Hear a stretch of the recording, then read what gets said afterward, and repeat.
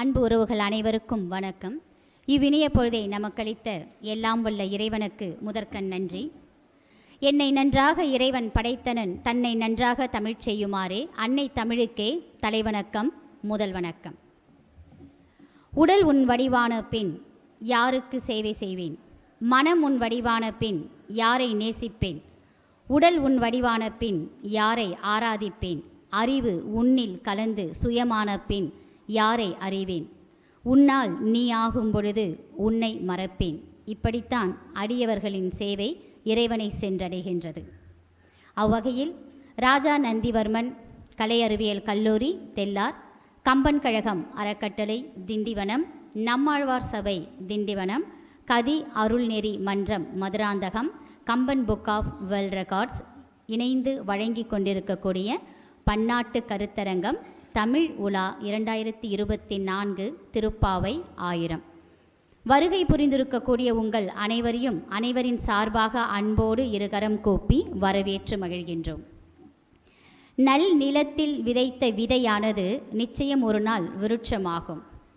விதைத்தவன் உறங்கலாம், ஆனால் விதைகள் உறங்காது என்பார்கள். அந்த வகையில்தான் ஒரு நல் விதையினை திருப்பாவை 1000 என்று விதைத்தார்கள் திரு மதிப்பிற்குரிய ரகுவீர பட்டாச்சாரியார் அவர்கள். அந்த விதையானது இன்று ஆலமரமாய் நந்திவர்மன் கலை மற்றும் அறிவியல் கல்லூரியில் கம்பன் கழகம் அறக்கட்டளையுடன் நம்மாழ்வார் சபையுடன் இன்று விருட்சமாக வளர்ந்திருக்கின்றது. இந்த விருட்சத்தின் விழுதுகளாக இக்கல்லூரி இருப்பது இந்த நிகழ்ச்சிக்கு நாங்கள் பெருமை அடைகின்றோம். வேண்டுவன வேண்டிய நேரத்தில் வேண்டியவுடன் அனுமதி அளித்து எங்களுக்கு தாயன்புடன் பாசக்கரம் நீட்டிய கல்லூரியினுடைய தாளாளர் ஐயா முத்து அவர்களை அன்போடு அனைவரின் சார்பாக வரவேற்று நன்றி பாராட்டி மகிழ்கின்றேன். கம்பன் கழகம் அறக்கட்டளை முதலில் 2.5 ஆண்டுகளுக்கு முன்பு தொடங்கும் பொழுது அப்பொழுது கொரோனா காலகட்டம், இணைய வழியில்தான் தொடங்க வேண்டும். கல்லூரி முதல்வருடனும் தமிழ்துறை சார்பாக பல்வேறு நிகழ்ச்சிகளில் பங்கு பெற்றிருந்தாலும் தாளாளர் ஐயா அவர்களுடைய அறிமுகம் எங்களுக்கு அப்பொழுதுதான் கிடைத்தது. அழைத்தவுடன் இணையத்தில் வந்து கம்பன் கழகம் அறக்கட்டளையினுடைய தொடக்க விழாவிற்கு தலைமையேற்று எங்களுக்கு நல்லுரை வழங்கி வாழ்த்தினார். அவரினுடைய அந்த அன்புள்ளத்தால் இன்று கம்பன் கழகம் அறக்கட்டளையானது 35 உலக நாடுகளில் கிளைகளுடன் 3000 மணி நேரம் நிகழ்ச்சிகளை நடத்தி 1500 தமிழ் பேராசிரியர்கள், உலக நாடுகளில் இருக்கக்கூடிய தமிழ் அமைப்புகள் 13 உலக சாதனைகளை நடத்தி இன்று இவ்வருடத்தின் தொடக்கமாக நந்திவர்மன் கலை அறிவியல் கல்லூரியிலிருந்து எங்களுடைய தமிழ் பயணங்களை தொடங்குவதற்கு அனுமதி அளித்த தாளாளர் அவர்களுக்கு மீண்டும் ஒரு முறை எங்களின் சார்பாக நன்றி பாராட்டி மகிழ்கிறோம். அதே போன்று சிறந்த நண்பராக தோழராக பல்வேறு தமிழ் நிகழ்ச்சிகளில் எங்களுடன் தொடர்ந்து பயணித்து கொண்டு கல்லூரிக்கு ஏதாவது ஒரு வகையில் செய்து இந்த கல்லூரியை மென்மேலும் வளர்த்து முன்னேற்ற வேண்டும் என்று இரவு பகல் பாழாமல் இப்பொழுது நாங்கள் எல்லாம் என்று எடுத்துக்கொண்டால் கூட ஒரு அமைப்பு வைத்து எங்கள் அமைப்புக்காக நாங்கள் உழைத்து கொண்டிருக்கின்றோம். கல்லூரி நலனே தன் நலனாக நினைத்து கொண்டு இந்த நிகழ்ச்சிக்காக தொடர்ந்து என்னுடன் பயணித்து அனைத்து உதவிகளையும் செய்து கொடுத்த நம்முடைய கல்லூரி முதல்வர் முனைவர் ஏழுமலை ஐயா அவர்களை அன்போடு வரவேற்று மகிழ்கின்றேன். அவரையும் இந்த வேளையில் என அனைவரையும் அவர் வரவேற்று மகிழ்ந்தார். உங்கள் அனைவரின் சார்பாக அவரை இந்நிகழ்ச்சிக்கு வரவேற்று மகிழ்கின்றோம். திரு ரகுவீர பட்டாச்சாரியார் அவர்கள் பற்றி சொல்லணும்னா நிறைய சொல்லிகிட்டே போகலாம். அவர் ஒரு அகராதி, வைணவ கடல். அந்த கடலே ஒரு சிறு துளியாய் நான் திருமணமாகி திண்டிவனத்தில் 25 ஆண்டுகள் நிறைவு பெறப் போகின்றது. 25 ஆண்டுகள் என்னுடைய குருவாக நான் எனக்கு மட்டுமல்ல என் மகள் சூர்யாவுக்கும் சேர்த்து பார்க்கின்றேன். தன்னை முழுமையாக வைணவத்துக்கும் தமிழுக்கும் ஆன்மீகத்திற்கும் அர்ப்பணித்து கொண்ட ஒரு மிகச்சிறந்த ஆத்மா என்று தான் சொல்ல வேண்டும். ராமானுஜர் 1000 வினா விடைகளை எழுதியிருக்கின்றார். திருப்பாவை 1000 வினா விடைகள். 1000 இடங்களில் திருப்பாவையை பிரச்சாரம் செய்து முன்னேற்ற வேண்டும், அதை கொண்டு செல்ல வேண்டும் என்று அயராது உழைத்து கொண்டிருக்கின்றார். கிட்டத்தட்ட 105 கோடி ராம நாமங்களை அனைவரிடமும் பெற்று அவற்றை 20 இடங்களில் ராமஸ்தூபிகளாக உருவாக்கி இருக்கின்றார்.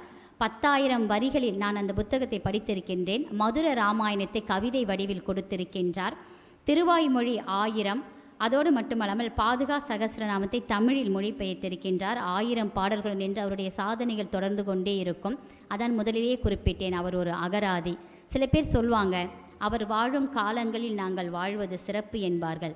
அதுபோல் ரகுவீர பட்டாச்சாரியார் அவர்களும் வைணவத்திற்காக முழுமையாக தொடர்ந்து வைணவ மாநாடுகளையும் நல்லியக்கோடு நகர் பெருமாள் கோயில் எண்ணற்ற நிகழ்ச்சிகளையும் எங்கெங்கெல்லாம் அழைப்புகள் வருகின்றதோ அங்கெல்லாம் தேன்சிட்டுகளாய் பறந்திருக்கக்கூடிய நம்மாழ்வார் சபை நிறுவன தலைவர் வீர வெங்கடேச ராமானுஜதாசன் ஆழ்வார் அண்ணா அவர்களையும் இருவரையும் இந்த தமிழ் உலகம், தமிழ் கூறும் நல்லுலகம் இரட்டை புலவர்களாக நாங்கள் பார்த்து மகிழ்கின்றோம்.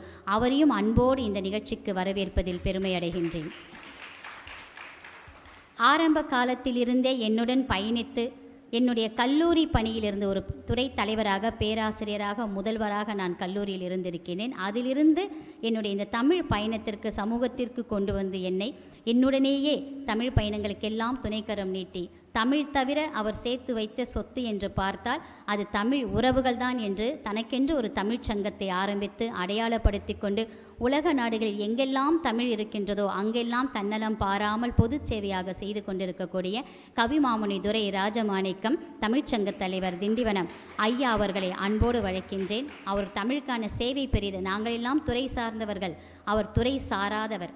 துறை சாராமல் இருந்து தன்னுடைய ஓய்விற்கு பின்பு ஓய்வு என்பது அவர் ஆற்றிய பணிக்கு என்று தமிழுக்காக கிட்டத்தட்ட 20 ஆண்டுகளுக்கு மேலாக உழைத்து கொண்டிருக்கின்றார்.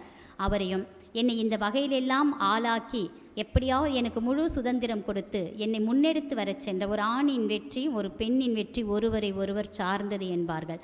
அதுபோன்று கம்பன் கழகம் அறக்கட்டளை ஒன்றினை ஏற்படுத்தி கொண்டு என்னுடைய வெற்றிகளுக்கெல்லாம் பின்னோக்கியாக இருந்திருக்கக்கூடிய கம்பன் கழகம் அறக்கட்டளையின் நிறுவன தலைவர் திரு சரவணன் அவர்களையும் நன்றி பாராட்டி வரவேற்கின்றேன்.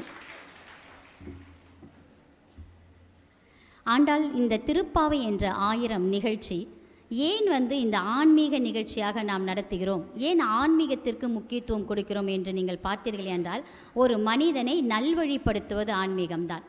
அது இறைவனிடம் எடுத்து செல்ல வேண்டியது இந்த ஆன்மீகம் மட்டும்தான். குருவருளுக்கும் திருவருளுக்கும் இருக்கக்கூடிய பாலம் என்று நாம் பார்க்கின்றோம். அதனால்தான் திருப்பாவை பொறுத்த வரைக்கும் அறிவியலும் ஆன்மீகமும் இணைந்தது திருப்பாவை. அது ஒரு கடல் என்று நாம் அழைக்கின்றோம். ஆண்டாள் பார்க்கும்பொழுது வெள்ளி எழுந்து வியாழன் உறங்கிற்று என்பார்கள். அப்போது ஆண்டாளை நீங்கள் எப்படி பார்க்க வேண்டும் என்றால், ஒரு பெண்ணாக இருந்து கொண்டு வெள்ளி எழுந்து வியாழன் உறங்கிற்று என்னும்போது ஆண்டாள் அப்பொழுது எந்த அளவுக்கு கல்வியில் சிறந்து விளங்கியிருக்கிறார்கள் என்று பாருங்கள். ஏனென்றால் வெள்ளி என்பது ஒரு கோள். அந்த கோள் எழும்பொழுது இன்னொரு வியாழன் என்ற ஒரு கோள் மறைகிறது என்றால் அந்த பெண் எந்த அளவிற்கு கல்வியில் வானசாஸ்திரத்தில் சிறந்து விளங்கியிருக்க வேண்டும். கிட்டத்தட்ட திரு ராகவ ஐயங்கார் என்பவர் பல ஆண்டுகள் ஆராய்ச்சி செய்து கிபி 732 ஒவ்வொரு நாளும் அதிகாலையில் 3:50 அந்த வெள்ளி என்ற கிரகமானது எழும், வியாழன் என்பது கொஞ்சம் கொஞ்சமாக மறையும் என்று ஆராய்ச்சியாக அதை நிரூபித்திருக்கிறார். என்றால் இந்த தமிழ் என்பது அறிவியலோடும் ஆன்மீகத்தோடும் தொடர்புடையது. அதை அடுத்த தலைமுறைக்கு எடுத்து செல்ல வேண்டும் என்பதுதான் எங்கள் அனைவரினுடைய நோக்கமாக இருக்கின்றது. ஏனென்றால் இந்த தலைமுறைகள் புரிந்து கொள்ள வேண்டும். ஏதோ 4000 திவ்ய பிரபந்தம் என்பது 4000 பாடல்கள் இருக்கின்றது. அதை நாம் வழிபாட்டு பாடல்களாக கோவில்களில் ஆழ்வார்கள் பாடியது அப்படி என்று நினைத்து விடுதல் கூடாது. அதே போன்று 12 திருமறைகள் 18,303 பாடல்கள் இருக்கின்றது. அது ஏதோ சிவ வழிபாட்டிற்கு உரியது என்று சைவம் வைணவம் என்று பிரித்து வைத்து பார்க்காமல் ஏன் இவையெல்லாம் இருக்கின்றது என்று இந்த இளைய தலைமுறை சிந்தித்தால் எவ்வளவு அறிவியலும் ஆன்மீகமும் வாழ்க்கை நெறியும் அதில் வாழ்ந்து கொண்டிருக்கிறது உங்களுக்கு புரியும். தமிழை தனியாக எடுத்து வைத்துவிட்டு பக்தி இலக்கியத்தை தனியாக எடுத்து வைத்துவிட்டு பார்த்தீர்களே என்றால் தமிழ் சற்று வறுமையாகத்தான் இருக்கும். பக்தி இலக்கியம் சேரும்பொழுது தான் தமிழ் வாரும். அதனால்தான் ஆழ்வார்கள் இறைவனோடு தமிழோடு இணைத்து தமிழோடு இணைந்த இறைவனாக பார்த்தார்கள். தமிழால் ஆராதித்து இறைவனை அழைத்தவர்கள் ஆழ்வார் பெருமக்கள். ஆண்டவன் அடியவர்களுக்கு கட்டுப்பட்டவன் என்பதால் தான் அடியேன் என்று அழைக்கிறோம். அந்த அடியவர்கள் எப்படி இருக்க வேண்டும் சொல்வார் மாணிக்க வாசகர். எனக்கு வேறு எந்த உதவியுமே செய்ய வேண்டாம், ஒரே ஒரு உதவி மட்டும் செய் கடவுளே. என்னன்னு கேட்குறார். என்னை உன் அடியவர்கள் கூட்டத்தில் எடுத்துக்கொண்டு போய் விட்டுவிடு, அது போதும், எனக்கு வேற வேணாம். ஏன் அடியவர்கள் கூட்டத்தில் விடணும்? அடியவர்கள் கூட்டத்தில் நீ விட்டுவிட்டால் அந்த அடியவர்கள் வழியினை இறைவன் அடைவதற்குண்டான வழியினை வைத்தார்கள். அப்போ அந்த அடியவர்கள் எப்படி இருக்கணும்? ஏன்னா இறைவன்கிட்ட கூட்டிகிட்டு போகிறாங்க. அப்போ இறைவன்கிட்ட கூட்டிகிட்டு போகிற அடியவர்கள் எப்படி இருக்கணும்னு பார்க்கும்பொழுது தன்னலமற்ற அடியவர்களாக, பிறர் நலம் தன்னலமற்ற அடியவர்களாக, புறம் கூறாமல் இருப்பவர்களாக அதற்காக தான் நான் முதலியே சொன்னேன், உன்னில் நீ ஆகும் பொழுது உன்னை நான் மறப்பேன். உடல் பொருள் உயிர் ஆன்மா என்ற அனைத்தும் இறைவனுக்காக கொடுத்து விட்டால் அதுதான் சிந்தனை. துளசிதாசர் இருந்தால் அவர் ஒரு வியாபாரி, அவர் சொல்லுவார், இன்றைக்கி எவ்வளோப்பா விற்ற, இன்றைக்கி பெருமாள் 20 ரூபா கொடுத்தாங்க. அப்போ அவர் வியாபாரம் செய்யலை, அவர் சம்பாதிக்கவில்லை. இன்றைக்கி எவ்வளோ விற்ற, இன்றைக்கி எனக்கு 1000 ரூபாய் கிடச்சிதுங்க, இன்றைக்கி பெருமாள் 1000 ரூபாய் கொடுத்தார். இன்றைக்கி அட போப்பா, கடவுள் இன்றைக்கி கொடுக்கல, நேற்று கொடுத்ததை வச்சுருக்க வேண்டியது. அப்போது சரணாகதி என்ற ஒரு தத்துவத்தை மிக ஆழமாக சொல்லியது ஆழ்வார்கள் வைணவ பாடல்கள் என்று சொல்லும்போது, இறைவனிடம் அடியவர்கள் கலக்கிறீர்கள் என்றால் உங்களை முழுமையாக அந்த இறைவனுக்கு ஒப்படைத்து விடுங்கள். அந்த ஒரு புரிதல் தான் வேண்டும் நமக்கு. நிறைய புரிதல்கள் இல்லாமல் நம்ம வாழ்க்கையில் எல்லாத்தையும் தப்பாக புரிஞ்சுட்டு இருக்கிறோம். அந்த ஒரு தெளிவான புரிதல்கள் இருந்துட்டால் மிக சிறப்பான முறையில் தமிழை நாம் மட்டும் இல்லை, இந்த இளைஞர்கள் இதே சமுதாயம் இருக்கிறீங்க கொண்டு செல்லலாம். எல்லாத்துக்குமே இந்த ஆன்மீகத்தினுடைய அடிப்படை நாதம் நம்பிக்கை. அந்த நம்பிக்கை தான் மனித வாழ்க்கைக்கு அடிப்படை. ஒரு 2 பேர் பேசிகிட்டு இருக்காங்க. ஒரு செல்வந்தர் ஒருத்தர், ஒரு ஏழை ஒருத்தர். நாரதர் வராரு. செல்வந்தர் கேட்குறாரு, நீ தான் அப்பப்போ பெருமாளை போய் பார்த்துட்டு வரையே, எனக்கு சொர்க்கம் கிடைக்குமான்னு போய் கேட்டுக்கிட்டு வான்னு சொல்கிறார். உடனே என்ன பண்ணுறாரு நாரதர், சரி நான் கேட்டுட்டு வந்து சொல்கிறேன்றார். உடனே அங்கே ஒரு எளியவர் இருக்கார். அவர் ஏதோ வேலை செஞ்சுட்டு வந்து கேட்குறாரு, நீங்கள் தான் போய் பெருமாளை பார்த்துட்டு வரீங்களே, தூது போய் வரீங்க, அடிக்கடி பெருமாள் கிட்ட ஃப்ரெண்டாக இருக்கீங்க, எனக்கு சொர்க்கம் கிடைக்குமான்னு கொஞ்சம் கேட்டுட்டு வந்து சொல்லுங்கன்றார். சரி நான் கேட்டுட்டு வந்து சொல்கிறேன்னு நாரதர் போகிறாரு. ஒரு 2-3 நாள் கழித்து வராரு. அப்போ அந்த செல்வந்தர் கேட்குறாரு, கேட்டிங்களா எனக்கு சொர்க்கம் கிடைக்குமான்னு? அப்போ நாரதர் சொல்கிறாரு, இறைவன் ஒரு பதில் சொன்னான். என்ன? இந்த கடல் தண்ணியை இறைவன் அள்ளி ஊற்றி கொண்டு இருக்கிறானாம். என்றைக்கு இந்த கடல் தண்ணியை இறைவன் அள்ளி ஊற்றி முடிக்கின்றானோ அன்னைக்கு உனக்கு சொர்க்கம் கிடைக்கும் என்று சொன்னார் அப்படின்னு சொன்னார். உடனே அந்த செல்வந்தர் சொன்னார், அடப்போ நாரதரே, எனக்கு எப்போ சொர்க்கம் கிடைக்குன்னு கேட்டால், இப்போ தான் கடல் தண்ணியை நாராயணன் மொண்டு ஊற்றிட்டுருக்காராம். இவர் மொண்டு ஊற்றி கடல் எப்போ வற்றி எனக்கு எப்போ சொர்க்கம் கிடைக்கிறது, நீ உன் வேலையை பாரு அப்படின்ட்டார். அந்த எளியவர்கிட்ட போகிறார். அதே சொல்கிறார், எனக்கு சொர்க்கம் கிடைக்குமா கேட்டீர்களா? கேட்டேன். என்ன சொன்னான்? நாராயணன் சொன்னான், கடல் தண்ணியை நான் மொண்டு ஊற்றி கொண்டிருக்கிறேன், இந்த கடல் தண்ணி வற்றியவுடன் நான் அவனுக்கு சொர்க்கம் கொடுப்பேன் என்று சொல்லின்றார். உடனே அந்த எளியவன் சொன்னான், அப்படியா, அப்போ நிச்சயமாக எனக்கு சொர்க்கம் கிடைக்கும், நாராயணனுக்கு நன்றி சொல்லுங்கள் என்று சொன்னானாம் அந்த எளியவன். ஏனென்றால் நம்பிக்கை. இறைவன் இருக்கிறான் என்று நம்பினால் அவனால் கடல் தண்ணியை வற்ற வைக்க முடியும் என்று நம்ப வேண்டும்.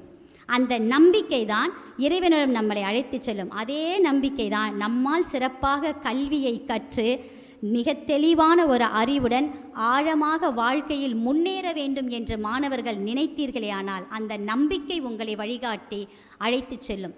எந்த விதமான தடங்களும் இல்லாமல் உங்களுக்கென்று ஒரு பாதையை வகுத்து கொண்டு, உங்களுக்கென்று ஒரு வட்டத்தை ஏற்படுத்தி கொண்டு, இன்று நிறைய இணைய வழிகள் இருக்கிறது, முகநூல்கள் இருக்கிறது, அனைத்திலும் என்ன இருக்கிறது என்பது உங்கள் எல்லோருக்குமே நன்றாக தெரியும். அதையெல்லாம் மாணவர்கள், ஒரு நன்றும் தீதும் 2 பக்கம் இருக்கும், எல்லாமே நல்லது இருக்கும் கெட்டது இருக்கும், அதையெல்லாம் ஓரமாக ஒதுக்கி வைத்துவிட்டு உங்கள் வாழ்க்கையினுடைய குறிக்கோள் என்ன, உங்கள் வாழ்க்கையினுடைய லட்சியம் என்ன, எதிலும் நீங்கள் உங்கள் முகத்தை காட்டாமல் வாழ்க்கையினுடைய நம்பிக்கையோடு முன்னேறினால் இந்த ஆன்மீகம் மட்டுமல்ல, தமிழ் மட்டுமல்ல, உங்களுடைய குறிக்கோளும் உங்களை அடைவதற்கு கொண்டு செல்லும். ஆண்டாள் திருப்பாவை பார்க்கும்பொழுது இயற்கையை நேசிக்க கற்றுக்கொள்ளுங்கள் என்று ஆண்டாள் சொல்வார்கள். ஆழி மழை கண்ணா என்று சொல்லும் பொழுது எவ்வாறு கடல்லிருந்து நீரினை எடுத்து அந்த நீர், உப்பு நீரானது நன்னீராக மழையாக பெய்கிறது என்ற ஒரு செய்தியை ஆண்டாள் குறிப்பிடுறாங்க, ஆண்டாள் நாச்சியார் அப்படின்னு பார்க்கும்பொழுது. அப்போ அவர்களுக்கு என்ன தெரிஞ்சிருக்குது? அறிவியலும் அவர்கள் படித்திருக்கிறாங்க. இப்போ ஆண்டாள் திருப்பாவை பார்த்திங்கன்னா பகவத்கீதைக்கு இணையான ஒரு தமிழில் ஒரு இலக்கியம் எடுக்கணும் அப்படின்னு சொன்னால் அது ஆண்டாள் திருப்பாவை தான்.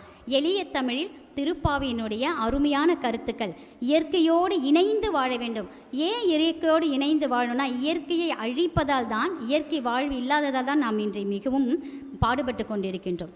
ஹிட்லருக்கு மட்டும் ஒரு பூவினுடைய வாசனையை நீங்கள் கற்றுக்கொண்டிருந்தால் அவன் மனித பிணங்களின் கொழுப்பில் சோப்பு தயாரித்திருக்க மாட்டான். அலெக்சாண்டருக்கு மட்டும் மனித நேயத்தினை போதித்திருந்தால் அவன் பிணங்களை எதிர்த்து சுடுகாடாக்கி இருக்க மாட்டான். எனவே இயற்கையை நேசிக்க கற்றுக்கொள்ள வேண்டும். அதனால்தான் ஆண்டாள் பாடல்கள் எல்லாம் எங்கு பார்த்தாலும் இயற்கை வர்ணனை, அந்த பூக்கள் பூப்பதும் ஆம்பல் மலருவதும் செங்கழு நீர் பூக்களும் என்ற அந்த மலர்ச்சியை ஆண்டாள் கொண்டு வந்து வைத்தாள். அந்த ஆண்டாள் பாட்டில் மிக முக்கியமானது பார்த்திங்கன்னா குழு ஒற்றுமை. தான் மட்டும் வாழணும் என்று நினைத்தவள் ஆண்டாள் அல்ல. அதனால்தான் கூடியிருந்து குளிர்ந்தேலோர் எம்பாவா என்பாள். அனைவருமே கூடி இருந்து ஒன்றாக சந்தோஷமாக ஒற்றுமையுடன் வாழ வேண்டும். அதனால தான் தூங்குறவங்க எல்லாரையும் வீட்டில் போய் எழுப்பி அதிகாலையில் எழ வேண்டும் என்ற பழக்கம்.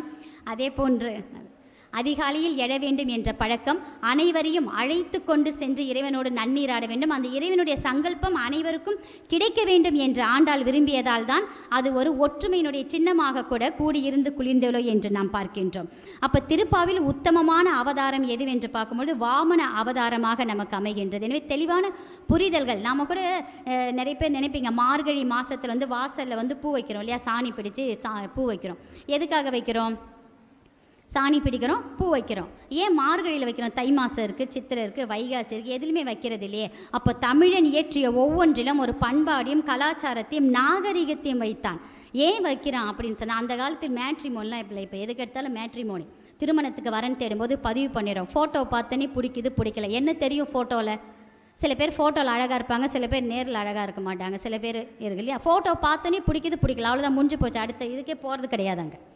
அப்போது வாசலில் மார்கழியில் தமிழன் பூ வைக்க சொன்னான். ஏன் சொன்னான்? அடுத்த மாதம் தை மாதம் எங்கள் வீட்டில் திருமணத்திற்கு ஒரு மணமகன் இருக்கிறான், ஒரு மணமகள் இருக்கிறாள், யார் விரும்புகின்றார்களோ பெண் கேட்டு வாருங்கள் என்று நாகரீகமாக உணர்த்தினானே அவன் தமிழன். அந்த பரம்பரையில் வந்த தமிழ் பண்பாடு கொண்டது தான் நம்மளுடைய பண்பாடு. அப்படியெல்லாம் யோசித்து யோசித்து எழுதியது தான் தமிழ் இலக்கியங்கள் இன்று வரை நம்மை காத்து ஒரே பாதையில் வழிநடத்தியிருக்கிறது. அதுக்காக தான் இத்தனை பெரிய மாநாடுகள், சிறப்புகள். இப்போ நாங்களாம் பேசுகிறோம் அப்படின்னு சொன்னால், என்ன இவங்க பேசுகிறாங்க, ஏதோ வராங்க ஆத்துறாங்க தமிழை பிடிச்சிக்கிட்டு நினைப்பீங்க. ஆனால் உண்மையில் சொல்கிறேன், இந்த தமிழ் படித்துவிட்டு இந்த தமிழால் வரக்கூடிய வாய்ப்புகளை வைத்துக்கொண்டு போவதற்கு எங்களுக்கு நேரம் கிடைக்காத அளவிற்கு தமிழுக்கு இன்று உலகெங்கும் வாய்ப்புகள் கொட்டி கிடக்கின்றது. நாம் தான் அதை உணர்வதில்லை. ஒன்று சொல்கிறேன், பயன்பாட்டில் இருக்கும் மொழிதான் வாழும். நம் தமிழ் வாழ வேண்டும் என்றால் அதில் பயன்படுத்த வேண்டும். தாய்மொழினால் கொண்டாடுவதிலிருந்து அனைத்தும் சிறப்பு தான். ஆனால் பேச்சில், பழகுவதில், ஒருத்தருக்கொருத்தர் பேசுவதில் அனைத்திலும் தமிழ் இருக்க வேண்டும். ஏன்னா பயன்பாட்டில் இல்லாத மொழி அழிஞ்சிடும். எனவே பல்வேறு வருடங்களாக பாரம்பரியம் கொண்ட நம் மொழியை காக்க வேண்டும் என்றால் பயன்பாட்டில் அந்த மொழி இருக்க வேண்டும். அதனால்தான் ஆன்மீகம் நமக்கு சொல்லித் தருவதெல்லாம் நல்வினை. சொர்க்கமும் இல்லை, நரகமும் கிடையாதுங்க. இறந்ததுக்கப்புறம் சொர்க்கம் போகிறோம் நரகம் போகிறன்றதெல்லாம் கிடையாது. சொர்க்கம் நரகம் வாழ்கின்ற இந்த நேரத்தில் தான் இருக்குது. நல்வினை செய்தால் நமக்கு இன்பமும் சந்தோஷமும் இருக்கும். நாம் செய்கிற நல்வினையாகட்டும் தீவினையாகட்டும் நேராக போயிட்டே இருக்கும். அப்படி போயிட்டு இருக்கும்பொழுது நம்மை பார்த்து வரக்கூடிய அந்த பலன்கள், நல்வினை செய்தோமே என்றால் அந்த பலன் நம்மை நோக்கி வரும். எவ்வாறு கர்ணன் மகாபாரதத்தில் இறந்து கிடக்கும் பொழுது அவன் செய்த தர்மம் அவனை மலர் மாலைகளாக காத்ததோ, அதுபோன்று நாம் செய்யக்கூடிய நல்லவைகள் நம்மை நோக்கி மலர் மாலைகளாக வரும். நாம் செய்யக்கூடிய தீவினைகள் நம்மை நோக்கி கத்தியாக வந்து கொண்டிருக்கும். நன்றாக புரிய வேண்டும். கத்தி நம்மை நோக்கி தீவினையாக வரும் பொழுது நாம் இருந்தால், நாம் செய்த வினைக்கு அந்த கத்தி நம்மை தாக்கிவிடும். பரவாயில்லை, ஒருவேளை நாம் இல்லை என்றால் அந்த கத்தி நம் சந்ததிகளை தாக்கி தலைமுறைகளை தாக்கும் என்பதை நினைவில் வைத்து கொள்ள வேண்டும் என்பதற்காக தான் சொர்க்கத்தையும் நரகத்தையும் படைத்து அவற்றை பிரித்து காட்டி வாழுவதற்கு வகை கொடுத்தான் என்றால் தமிழன் அவற்றை நாம் பாராட்ட வேண்டும்.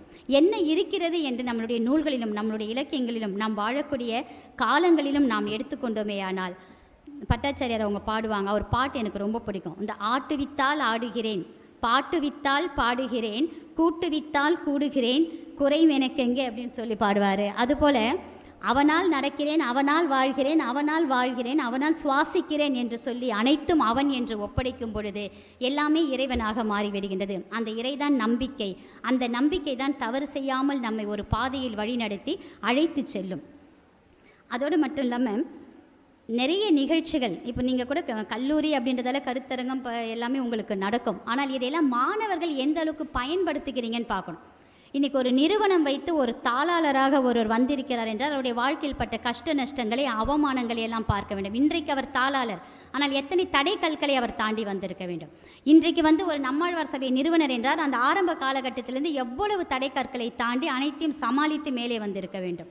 அது போன்ற கதி அருள்மன்றமாகட்டும், தமிழ்ச்சங்கமாகட்டும், மாணவர்களாகட்டும், அப்போது தடை கற்களை எல்லாம் தாங்கி வரணும். அவற்றையெல்லாம் நம்ம முட்டி மோதி ஐயோன்னு உட்கார்ந்துட்டிங்கன்னா எதையுமே உங்களால் சாதிக்க முடியாது. அதனால் எந்த நிகழ்ச்சியாக இருந்தாலும் அதில் என்ன சொல்கிறாங்க, என்ன பண்ணுறாங்கன்றதை தலைமுறைகள் நீங்கள் புரிந்து கொள்ளும் பொழுது உங்களுடைய வாழ்க்கை நாளைக்கு நீங்கள் அங்கே உட்கார்ந்து இருக்கிறவங்க எல்லாம் இங்கு மட்டுமல்ல, இவை போன்ற பல மேடைகளில் சிறப்பு விருந்தினர்களாகவும் பேச்சாளர்களாகவும் நீங்கள் வர வேண்டும் என்றால் உங்களை நீங்கள் தான் செதுக்கிக் கொள்ள வேண்டும். வாழ்க்கையும் சரி, காலமும் சரி, யாருக்காகவும் எப்பொழுதும் காத்திருப்பதில்லை. அது தன்னுடைய கடமையை செய்துவிட்டு போய்கொண்டே இருக்கும். ஆனால் நாம் தான் அனைத்திற்கும் நேரமில்லை என்கிறோம். காலையில் சூரியன் உதிப்பதை பார்ப்பதற்கும் நமக்கு நேரமில்லை என்கிறோம், மாலையில் சந்திரன் மறைவதை பார்ப்பதற்கும் நேரமில்லை என்கிறோம். அதன் பிறகு என்ன சொல்ல, ஒரே ஸ்ட்ரெஸ்ஸாக இருக்குது, எனக்கு ஒரே டிப்ரெஷனாக இருக்குது. அந்த காலத்தில் டிப்ரெஷனும் தெரியாது, மன அழுத்தமும் கிடையாது, ஒன்றும் கிடையாது அந்த காலத்தில். ஆனால் இப்போ தான் எதற்கெடுத்தாலும் மாணவர்கள் மன அழுத்தத்தில் இருக்கிறாங்க. +2 எக்ஸாம் எழுத போகிறான், ஐயோ அவனுக்கு டென்ஷன் இருக்கும், மன அழுத்தத்தில் இருக்கான். 10th எக்ஸாமா அவன் ப்ரெஷராக இருக்கிறானோ இல்லையா, அம்மா அப்பா ப்ரெஷராக இருக்கிறாங்க, படிச்சிருவானா எழுதுருவானா வரமாட்டானா எப்படி இருப்பான்னு சொல்லிட்டு. அந்த மாதிரி இப்போ எல்லாத்துக்கும் வீட்டில் இருக்கிறோமா, மன அழுத்தம் என்ற ஒரு வார்த்தையினை வச்சு, ஸ்ட்ரெஸ் என்ற ஒரு வார்த்தையினை வச்சு இன்றைக்கி வாழ்க்கையை அதை சுற்றி வந்து அதுக்கு ஒரு சைக்காலஜி ட்ரீட்மெண்ட்டு கொடுத்து அதுக்கு 4 மருந்து மாத்திரையை அள்ளி போட்டு இந்த மாதிரியான வாழ்க்கை சூழல்கள் இன்று ஏன் போகுது அப்படின்னு பார்க்கும்போது, நம்மை நாம் வந்து கொஞ்சம் ரிலாக்ஸ் பண்ணி ஃப்ரீ பண்ணிக்கிறது இல்லை. கோவில்களில் ஆன்மீக நிகழ்ச்சி ஆகட்டும், தமிழ் நிகழ்ச்சி ஆகட்டும், கூட்டம் சேர்க்கறதுக்கு பெரும் பாடு எங்களுக்கு. ஏன்னா அந்த அளவுக்கு ஆன்மீகத்துக்கும் தமிழுக்கும் கூட்டம் சேர்க்க வேண்டும் என்றால் நாங்கள் வந்து அவார்டு தரோம், சர்டிஃபிகேட் தரோம், உணவு கொடுக்குறோம், இதை செய்கிறோம் அதை செய்கிறோம், வாங்க வாங்க வாங்கன்னு கூப்பிட்டு தமிழுக்கு நம் நாடு, நம் தமிழ், நம் ஆன்மீகம், நம்மளுடைய நாட்டினை உலக நாடுகள் எல்லாம் வியந்து பார்க்கின்றது. அப்படிப்பட்ட ஒரு நிகழ்ச்சிக்கு நாம் முன்னேற வருவதற்கு நாம் யோசித்து கொண்டு இருக்கிறோம் என்றால் இந்த நிலைமை சற்று கொஞ்சம் மாறும் வேண்டும் என்றால் இளைய தலைமுறைகள் தான் அதை அனைத்திற்கும் எடுத்து செல்ல வேண்டும். அவர்கள்தான் வந்து ஒரு மோட்டிவேஷனாக, அவர்கள்தான் வந்து ஒரு கிரியேட்டிவிட்டி பர்சன் என்று சொல்லக்கூடியவர்களாக, அவர்கள்தான் இந்த கல்லூரி என்பது கணக்காலம், கல்லூரி வாழ்க்கைன்னு சொல்லுவாங்க. எனவே உங்களுடைய கல்லூரியை, முதல்வரை, துறை தலைவர்களை, பேராசிரியர் பெருமக்களை பயன்படுத்தி கொள்ளுங்கள். கல்லூரி என்பது ஒரு ஆலமரம். இந்த ஆலமரத்திலிருந்து நீங்கள் வெளியில் செல்லும்பொழுது பறவையாக பறந்து செல்ல வேண்டுமே தவிர மீண்டும் ஏதோ ஒரு இடத்தில் கூட்டுக்குள் போய் நீங்கள் அடங்கி விடுதல் கூடாது. எனவே படிக்கின்ற காலத்திலே உங்களுக்கு அடுத்த வாழ்க்கைக்கு என்ன வேண்டும், வேலைவாய்ப்பு என்ன வேண்டும், மேற்கல்வி எப்படி படிக்கலாம் என்பது போன்ற அனைத்தையும் நீங்கள் தெரிந்து வைத்திருக்க வேண்டும். ஏன்னா இன்றைக்கி வரலாறு என்ற ஒரு பாடமே இல்லை, நிறைய கல்லூரிகளில் வரலாறு இல்லை. ஆனால் வரலாறு எவ்வளவு முக்கியம், வரலாறு தெரியாமல் எப்படி நாம் வாழ்வது. குலசேகர பாண்டியன் 12வது நூற்றாண்டு சொல்லியிருக்கான், உலகத்திலேயே தலை சிறந்த செல்வ செழிப்புள்ள நாடாக இருந்தது என்றால் அது மதுரை தான் சொல்லியிருக்காங்க. அப்போ இது நமக்கு தெரியுமா? வரலாறு படித்தாதான் தெரியும். ஆழ்வார்களாகட்டும், 12 திருமுறைகளாகட்டும், தமிழ் இலக்கியங்களாகட்டும், தமிழ் சங்க இலக்கியம் அழகாக சொல்லும் நாடனோடு நட்பே. அப்போ அந்த நாடனோடு நட்பேன்னு சொல்லும்போது என்ன சொல்லுதான், ஒரு இல்லறத்திலே ஒரு கணவன் மனைவி என்பவர்கள் நாடனோடு நட்பு என்னும்போது அவர்கள் பேசிக்கொள்ளும்போது நண்பர்களாக வாழ வேண்டும் என்பதை 2, 3ஆம் நூற்றாண்டிலேயே சொல்லி சென்று விட்டார்கள்.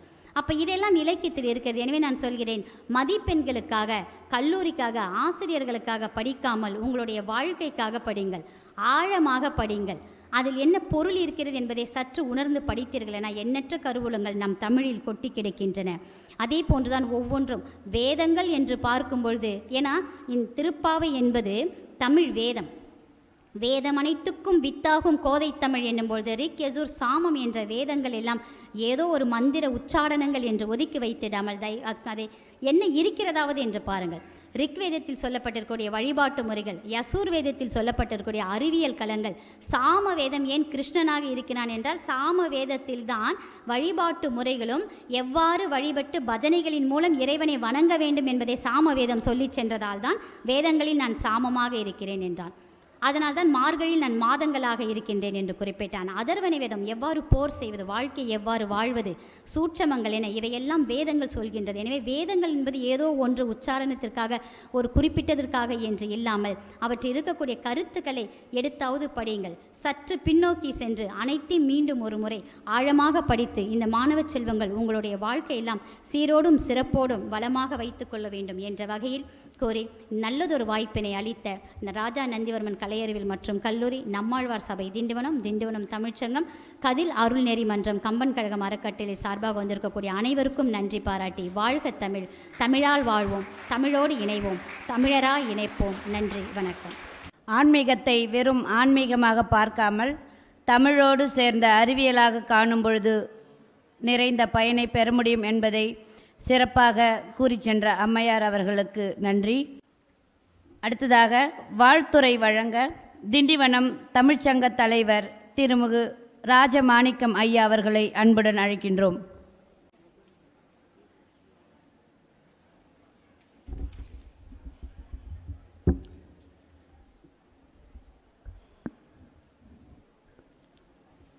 காதோளிரும் குண்டலமும் கைக்கு வளையாபதியும் நந்திவர்மன் கலை அறிவியல் கல்லூரி, கம்பன் கழகம் அறக்கட்டளை திண்டிவனம், நம்மாழ்வார் சபை திண்டிவனம், கதிர் அருள் நெறிமன்றம் Madurantakam, Kamban book of records இணைந்து நடத்தும் திருப்பாவை 1000 இந்த பன்னாட்டு கருத்தரங்கத்திற்கு தலைமையேற்றிருக்கின்ற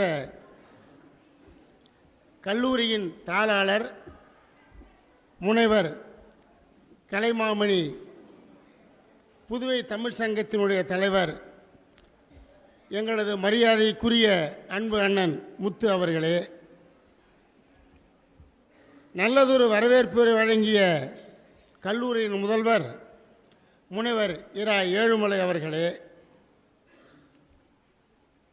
திருப்பாவை 1000 இந்த நிகழ்ச்சிக்காக மிக சிறப்பானது ஒரு நோக்க உரையை வழங்கிய கம்பன் கழகம் அறக்கட்டளையினுடைய பொதுச் செயலாளர், கம்பன் குயில், சாதனை நாயகி, இணைய வழி உலக நாயகி என்று சிறப்பினை பெற்றிருக்கின்ற பொதுச் செயலாளர் பேராசிரியர் முனைவர் ஞானஜோதி அவர்களே, இங்கே திருப்பாவை 1000 வைணவத்தினுடைய பல்வேறு சிறப்புகளை குறித்து இங்கே உரையாற்றி வந்திருக்கின்ற திண்டிவனம் நம்மாழ்வார் சபையுடைய நிறுவனர் வீர வெங்கடேச ராமானுஜதாசன் ஆழ்வார் அவர்களே, திருமால் கவிச்செல்வர் மதுரகவி ஆழ்வாரார் ஊவே ரகுவீர பட்டாச்சாரிய சுவாமிகள் மதுராந்தகம், இந்த திருப்பாவை 1000 என்ற இந்த நிகழ்வு இங்கு உருவானதை எண்ணி பார்த்து மகிழ்கிறேன், வரவேற்கிறேன்.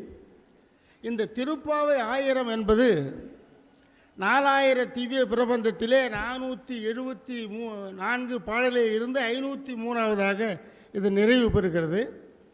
பன்னிரு ஆழ்வார்களிலே ஆண்டாள் நாச்சியார் அவர்கள் மட்டுமே மகளிர் என்பதும் சிறப்புக்குரியது. ஆனால் எல்லா 4000 திவ்ய பிரபந்தத்தினுடைய பெரியாழ்வார் உள்ளிட்ட எல்லாருடைய பாசுரங்களும் மிக சிறப்புக்குரியது என்று சொன்னாலும் கூட ஆண்டாள் நாச்சியார் அவருடைய திருப்பாவை மட்டும்தான் மார்கழி 30 பாடுகின்ற சிறப்பை பெற்றிருக்கிறது என்பதை நாம் உணர வேண்டுகிறோம்.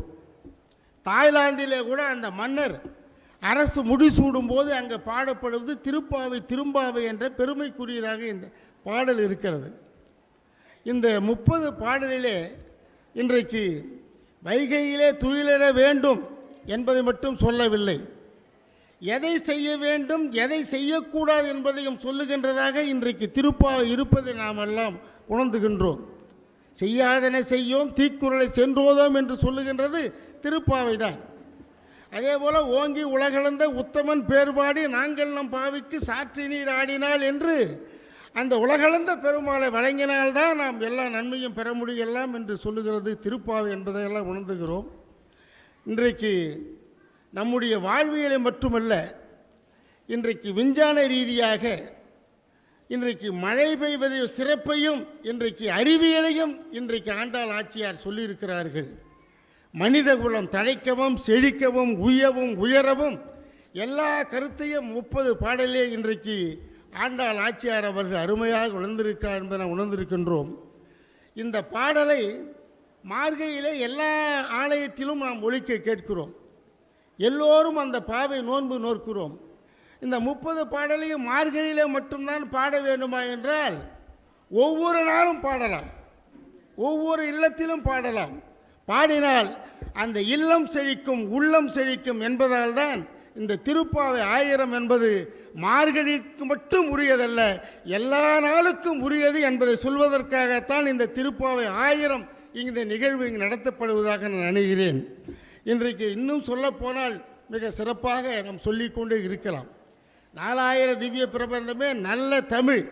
ஐயா வெங்கடேச ராமானுஜதாசன் அவர்களுடைய உரையிலும் அதேபோல் ரகுவீரர் பட்டாச்சார உரையிலும் நாம் இன்றைக்கு கேட்டு மகிழ இருக்கின்றோம். ஆனால் இந்த திருப்பாவை என்ன செய்யும்? பாதகங்கள் நீர்க்கும், பரமநெறி காட்டும், வேதம் அனைத்துக்கும் வித்தாகும், கோதை தமிழ் ஐயைந்தும் அறியாத மானிடரை வையம் சுமப்பது வன்பு என்று சொல்வதை போல திருப்பாவையை எல்லோரும் நாம் ஒவ்வொரு நாளும் படித்து பயன்பெற வேண்டும் என்ற உணர்வை ஏற்றுவதற்காகத்தான் இந்த நிகழ்ச்சி இன்று உருவாக்கி இருக்கிறார்கள். கல்லூரியுடைய தாளாளர் அருமை அண்ணன் முத்து அவர்களை பற்றி நாம் சொல்லாமல் தான் நல்லா இருக்காது. இன்றைக்கு புதுவை தமிழ்ச் சங்கத்திற்கு மட்டும் அவர் தலைவர் இல்லை, உலகத்திலே இருக்கின்ற தமிழ் அமைப்புகளை எல்லாம் அவைகளை எல்லாம் செழிப்பதற்கு நீர் ஊற்றுகின்றவராக இன்று இருக்கிறார்கள்.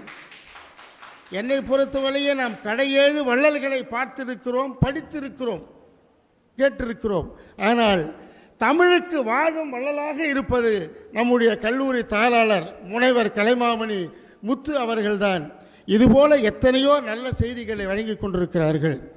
மொரீஷியஸிலே இன்றைக்கு காந்தி கல்வி நிறுவனத்திலே மிகப்பெரிய திருவள்ளுவர் சிலையை இன்றைக்கு நிறுவிய பெருமை அவருக்குரியது.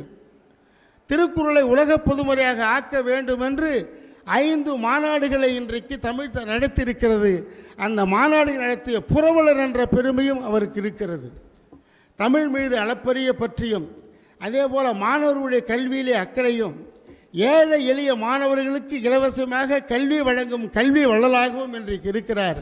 அவர் இன்றைக்கு இந்த திருப்பாவை முற்றோதல் நிகழ்ச்சியை இந்த கல்லூரியிலே நிகழ்த்துவதற்கு அனுமதித்து தலைமையேற்றிருப்பது மிகப்பெரிய சிறப்பு என்பதை சொல்லி, திருப்பாவை 30ஐயும் தினம் தினமும் ஓதுவோம், நல்லொருளை பெறுவோம், ஆண்டாள் நல்லொருளை பெறுவோம், பரமநடியை பெறுவோம் என்று சொல்லி அருமையான வாய்ப்பை வழங்கியமைக்கு நன்றி கூறி விடைபெறுகிறேன். நன்றி, வணக்கம்.